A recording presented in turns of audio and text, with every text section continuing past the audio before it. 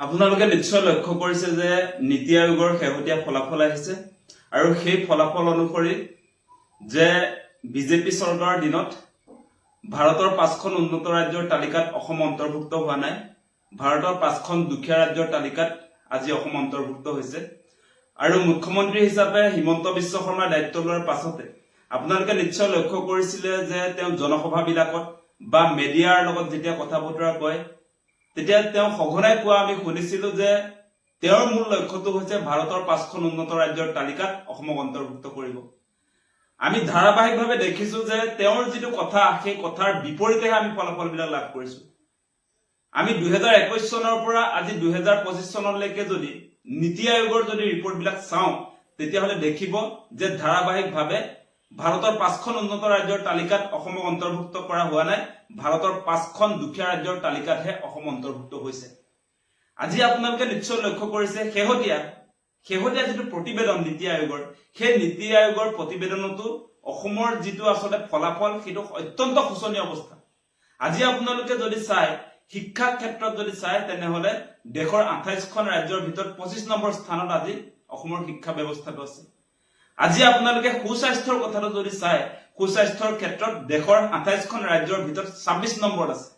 আৰু আপোনালোকে প্ৰেক্টিকেলি সেই কথাবিলাক দেখিও আছে যে মেডিকেল কলেজ বিলাক পাতিছে বুলি চৰকাৰৰ ফালৰ পৰা ডাঙৰ ডাঙৰ ফটা লেকচাৰ মৰা আমি নিশ্চয় শুনিছো, কিন্তু আপোনালোকে যদি চাই মেডিকেল কলেজ বিলাক পাতিছে কিন্তু সেই মেডিকেল কলেজ বিলাকত প্ৰয়োজনীয় আপোনাৰ ইনফ্ৰাষ্ট্ৰাকচাৰ, প্ৰয়োজনীয় ষ্টাফ, ডক্টৰ, নাৰ্ছ নথকাৰ ফলস্বৰূপে ৰোগীয়ে প্ৰয়োজনীয় চিকিৎসা সেৱা লাভ নকৰে।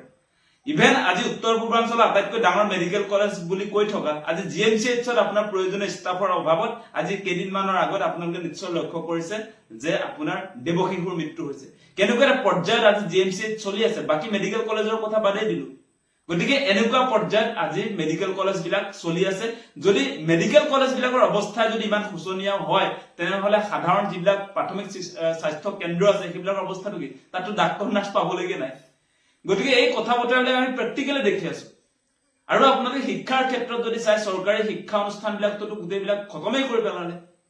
আজি চৰকাৰী শিক্ষানুষ্ঠানবিলাক যদি নাথাকে, আজি বিজেপি চৰকাৰৰ দিনত মুখ্যমন্ত্ৰী হিমন্ত বিশ্ব শৰ্মা চৰকাৰৰ দিনত প্ৰায় 8,000 চৰকাৰী ইনষ্টিটিউচন বন্ধ কৰি দিয়া হৈছে। আজি আপোনালোকে নিশ্চয় জানে এমেলগেমেশ্যন, মাৰ্জাৰ আৰু ক্লোজাৰৰ নামত এফালৰ পৰা চৰকাৰী শিক্ষানুষ্ঠানবিলাক বন্ধ কৰি দিয়া হৈছে। তাৰ পৰিণতিত আজি ড্ৰপ আউটৰ ক্ষেত্ৰতো আপোনাৰ সাংঘাতিক ধৰণে আচলতে ভাৰতৰ ৰাজ্যবিলাকৰ ভিতৰত যদি চাই প্ৰথম স্থানত আজি অসম আছে, মানে আধাতে স্কুলেৰে। গতিকে সেই ফলাফলবিলাক আমি কোৱা ফলাফল নহয়, সেই ফলাফলবিলাক আজি নীতি আয়োগৰ ৰিপৰ্টত ওলাইছে। আজি আপোনালোকে নিশ্চয় লক্ষ্য কৰিছে যে মুখ্যমন্ত্ৰী হিমন্ত বিশ্ব শৰ্মাৰ নেতৃত্বত যদিও আপোনাৰ ভাৰতৰ 5খন উন্নত ৰাজ্যৰ তালিকালৈ অসমক অন্তৰ্ভুক্ত কৰিম বুলি শ্লোগানবিলাক বা ভাষণবিলাক দি থাকে, কিন্তু তাৰ কাৰণে কিন্তু প্ৰয়োজনীয় ব্যৱস্থাপনা পৰিকল্পনা চৰকাৰৰ তৰফৰ পৰা বা মুখ্যমন্ত্ৰীৰ তৰফৰ পৰা কেতিয়াও লোৱা আমি দেখা নাই। তেওঁ হিতাধিকাৰী সৃষ্টি কৰি আছে। হিতাধিকাৰীৰ জৰিয়তে দেশৰ 5খন উন্নত ৰাজ্যৰ তালিকাত অসম যাব নেকি সেই কথাটো আপোনালোকে বিবেচনা কৰি চাওক। আজি হিতাধিকাৰী সৰ্বোচ্চ ৰাজনীতি যেতিয়ালৈকে থাকিব তেতিয়ালৈকে অসম ভাৰতৰ 5খন দুখীয়া ৰাজ্যতে থাকিব। ধনী ৰাজ্যৰ তালিকাত বা উন্নত ৰাজ্যৰ তালিকাত কোনো কাৰণতে আহিব নোৱাৰে। আজি আপোনালোকে নিশ্চয় দেখিছে আজি অসমৰ প্ৰতিজন মানুহক আচলতে হিতাধিকাৰী বনাবৰ কাৰণে তেওঁ চেষ্টা কৰিছে। আজি আপোনাৰ অৰুণোদয়, নিযুত মাইনা, আজি আপোনাৰ লাখপতি বাইদেউ, আজি আপোনাৰ যিমান গাঁওবুঢ়ালৈকে আজি সকলো মানুহক, আজি ইভেন আপোনাৰ শিক্ষক বিলাকক তেওঁলোকে হিতাধিকাৰী বনাই দিছে। শিক্ষক বিলাক মাজতে যে মোবাইল ফোন যে দিব বুলি যে কৈছিলে। গতিকে এনেকৈ যদি সমাজৰ ৰাইজৰ যদি প্ৰতিজন মানুহক হিতাধিকাৰী বনায় তেনেহলে আপোনালোকে কেতিয়াও নাভাবিব যে এই ৰাজ্যখন যে আগবাঢ়ি যাব, এই ৰাজ্যখন যে ভাৰতৰ 5খন উন্নত ৰাজ্যৰ তালিকাত যে অন্তৰ্ভুক্ত হ'ব সেইটো আচলতে যদি কোনোবাই ভাবিছে তেতিয়াহলে মূৰ্খৰ স্বৰ্গত বাস কৰা হ'ব। বিজেপিৰ নেতৃত্বত কোনো কাৰণতে অসম ভাৰতৰ 5খন উন্নত ৰাজ্যৰ তালিকাত নাহে। তাৰ মূল কাৰণটো হৈছে বিজেপিয়ে কেৱল ফ্ৰীবিজ আঁচনিবিলাকৰ জৰিয়তে আজি হিতাধিকাৰী আঁচনিৰ জৰিয়তে অসমক আগুৱাই লৈ যোৱাৰ দুঃস্বপ্নত ভুগিছে তেওঁলোকে। এইটো সম্ভৱপৰ নহয়। কোনো কাৰণতে হিতাধিকাৰীৰ জৰিয়তে ভাৰতৰ 5খন উন্নত ৰাজ্যৰ তালিকাত অসম নাহে। আজি আপোনাৰ হিতাধিকাৰীৰ ক্ষেত্ৰত তেওঁলোকে যিমান কোটি টকা, হাজাৰ হাজাৰ কোটি টকা তেওঁলোকে ব্যয় কৰে, আজি আপোনাৰ স্বাস্থ্য শিক্ষা বা আনুষংগিক যিবিলাকৰ জৰিয়তে আচলতে অসম আগুৱাই যাব, বা আজি স্বাস্থ্য শিক্ষাৰ পৰা আৰম্ভ কৰি আজি আপোনাৰ ব্যৱসায় বাণিজ্য, আজি আপোনাৰ ইৰিগেশ্যন মানে আপোনাৰ খেতিৰ কথা কৈছো, এগ্ৰিকালচাৰৰ কথা কৈছো, এই বিষয়বিলাকত আজি পৰ্যটনৰ কথাটো কৈছো, এইবিলাক ক্ষেত্ৰত তেওঁলোকে দেখোন আপোনাৰ হিতাধিকাৰীকে বহুত নগণ্য পৰিমাণৰহে আপোনাৰ ধন আবণ্টন দিয়ে, বাজেটত ধৰে। আজি আপোনালোকে চাবচোন যে আমাৰ অসমৰ মানে কৃষি প্ৰধান এখন ৰাজ্য, অসমৰ ক্ষেত্ৰত কৃষি প্ৰধান ৰাজ্য এখনত তেওঁলোকে আসলে এগ্ৰিকালচাৰৰ ক্ষেত্ৰত আজি আপোনাৰ কৃষি ক্ষেত্ৰত কেইটকা খৰচ কৰে আপোনালোকে চাবচোন। আজি পৰ্যটনৰ ক্ষেত্ৰত কেইটকা খৰচ কৰে আপোনালোকে বাজেটবিলাক চাব।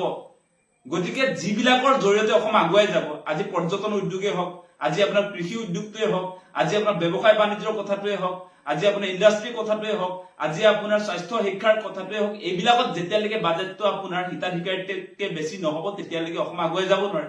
সেই প্ৰেক্টিকেল কথাটো অসমবাসী ৰাইজে বুজাটো দৰকাৰ আচলতে। মানে ভাষণ আৰু শ্লোগানত কেতিয়াও অসমখন নিজে নিজে আগুৱাই নাযায় নহয়, যাব নেকি আপোনালোকে কওক সেই কথাটো। ধুনীয়া ধুনীয়া ভাষণ দি দিলে জনসভা বিলাকত, মুখ্যমন্ত্ৰী হিমন্ত বিশ্ব শৰ্মাৰ ধুনীয়া ধুনীয়া ভাষণটোত অসম আগুৱাই নাযায়, সেইটো সম্ভৱ নহয়। তাৰ ৰিজাল্টটো আজি নীতি আয়োগ চৰকাৰী অনুষ্ঠানৰ প্ৰতিবেদনত স্পষ্ট ৰূপত প্ৰকাশ হৈছে যে দেশৰ 5খন উন্নত ৰাজ্যৰ তালিকাত নহয়, অসম দেশৰ 5খন দুখীয়া ৰাজ্যৰ তালিকাত আহিছে। আজি শিক্ষাৰ ক্ষেত্ৰত দেশৰ 28খন ৰাজ্যৰ ভিতৰত 25 নম্বৰ স্থানত আহিছে। আজি আপোনাৰ স্বাস্থ্যৰ ক্ষেত্ৰত, সুস্বাস্থ্যৰ ক্ষেত্ৰত দেশৰ আপোনাৰ 28খন ৰাজ্যৰ ভিতৰত 26 নম্বৰ স্থানত আহিছে। এই কথা বতৰাবিলাকে কি সূচাইছে? এই কথা বতৰাবিলাকে এটা কথাই সূচাইছে, কোনো কাৰণতে বৰ্তমান চলি থকা হিমন্ত বিশ্ব শৰ্মাৰ যি ধৰণৰ ৰাজনীতি, অসমক আগুৱাই লৈ যাম বুলি তেওঁ ভুৱা শ্লোগানৰ জৰিয়তে যিবিলাক কথা বতৰা তেওঁ পৰিকল্পনাবিহীনভাৱে কৰি আছে, সেইবিলাকৰ জৰিয়তে অসম আগুৱাই নাযায়। হিতাধিকাৰী সৰ্বোচ্চ ৰাজনীতিৰ জৰিয়তে কোনো কাৰণতে দেশৰ 5খন উন্নত ৰাজ্যৰ তালিকাত অসম অন্তৰ্ভুক্ত নহয়, সেই কথাটো অতি স্পষ্ট।